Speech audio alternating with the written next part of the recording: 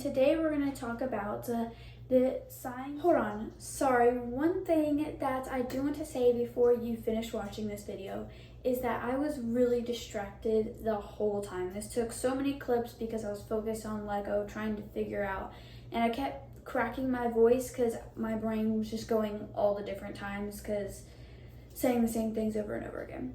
So I'm sorry about the kind of distractedness, bad quality of the video, but I'm hoping you'll still enjoy it, and thank you for watching.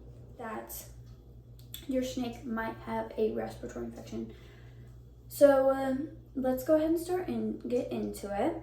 But I have Lego because I think he might. I'm keeping an eye on him, but I took him out and he was kind of showing signs, but I think he might have just drank a bunch of water and then I picked him up because he's not showing any more signs of it anymore, and he's like at all.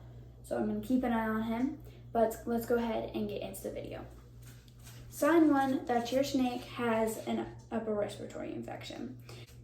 Wheezing and whistling when they're breathing. In bigger snakes, it's pretty common for them to whistle when they're breathing because of how deep they breathe.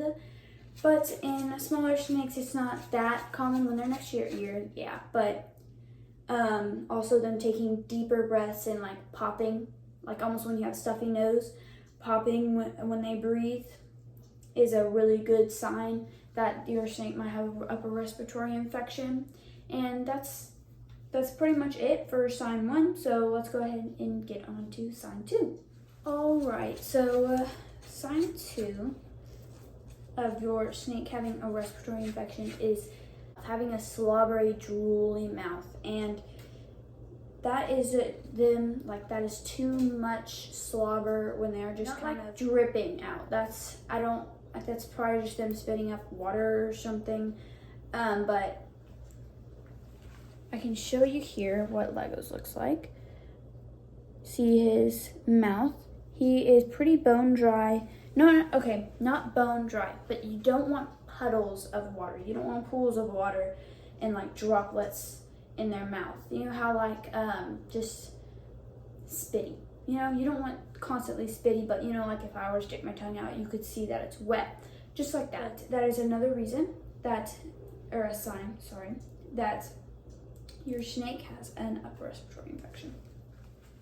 Sign 3 is kind of what 2 was, but it is their nostrils. If they have kind of spit or water in their nostrils and there's like bubbles coming out of their nostrils, that is a definite sign that your snake has an upper respiratory infection. But keep in mind that I thought he had a respiratory infection. He doesn't. I've confirmed that he doesn't.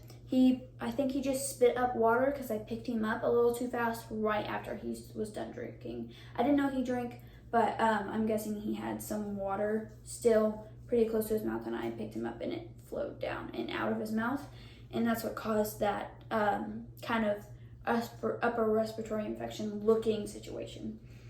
But yeah, that is kind of the 3 signs of your snake having an upper respiratory infection. Keep in mind, if they stop eating, that also is another sign that they're uncomfortable, and a couple like just natural signs that they're behaving differently. Also, ball pythons go off feed all the time, so just because they go off feed doesn't mean that there's something wrong. But yeah, I hope y'all have an amazing day. Thank y'all for watching, and Lego says bye.